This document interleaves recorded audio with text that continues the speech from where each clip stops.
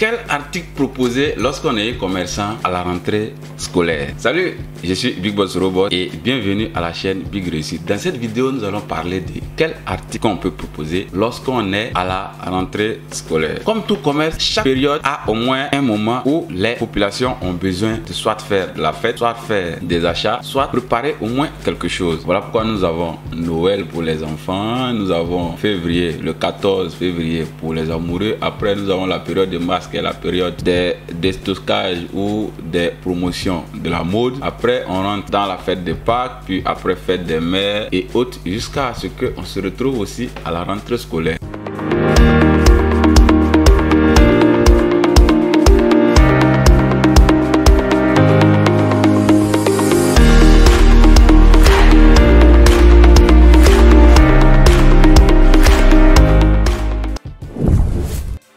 Donc, à la rentrée scolaire, quels sont les articles qu'il faut pouvoir proposer pour être toujours dans la tendance pour faire son chiffre d'affaires lorsqu'on est e-commerçant? Il faut savoir une chose, la rentrée scolaire est une période où les parents dépensent beaucoup. Et parmi les clients des e-commerçants, les parents, c'est-à-dire ceux qui arrivent à avoir de l'argent, à travailler et à se faire payer à la fin du mois, ou encore étant des entrepreneurs qui ont de l'argent, tant les clients e-commerçants, c'est ces personnes-là qui ont le taux le plus grand dans la phase de conversion d'un prospect en client. Donc, lorsqu'on se retrouve dans la période scolaire, c'est encore ces mêmes clients qui ont besoin de fournitures scolaires puisqu'ils ont des enfants. Il faut scolariser, ils ont des enfants à mettre à l'école, ils ont des enfants, il faut payer de nouvelles tenues, de nouveaux fournitures scolaires et autres. Donc lorsqu'on est e-commerçant, il faut pouvoir jouer sur la période. Et voici au moins 3 articles que je vais vous présenter qu'il faut proposer dans le lot des achats de nos parents, de nos clients en e-commerce. En premier, il faudra réfléchir à avoir des sacs scolaires dans son stock en étant e-commerçant, parce que les sacs scolaires sont les plus demandés dans cette période, vu que les parents avec des élèves qui sont encore moins jeunes vont se voir constatant que l'enfant a détruit son sac de l'année passée, donc ils doivent se payer de nouveaux sacs, ou l'enfant qui va exiger un nouveau sac scolaire parce que ses camarades ont des nouveaux sacs. Donc, il va, dans notre position de e-commerçant, il va nous falloir proposer des sacs scolaires, mais proposer des sacs scolaires, des cartables qui sont bons. Donc, qualité, prix aussi doit suivre.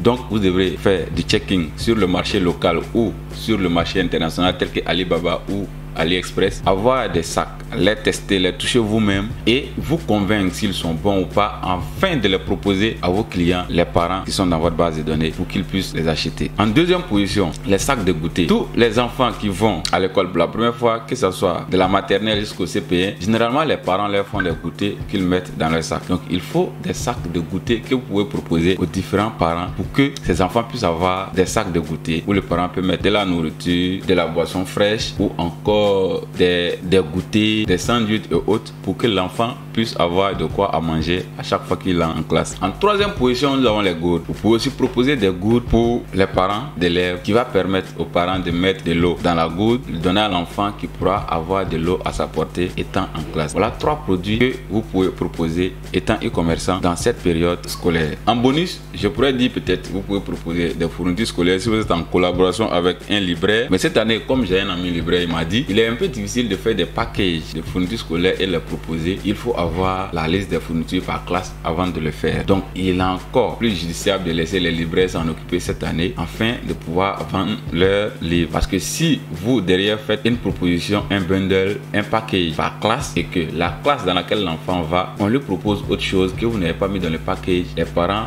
pourront faire des retours de commandes lorsqu'ils vont constater que votre package n'a rien à voir avec la demande de l'école de l'enfant. Donc ça, on peut l'enlever dans le business de e-commerce cette année.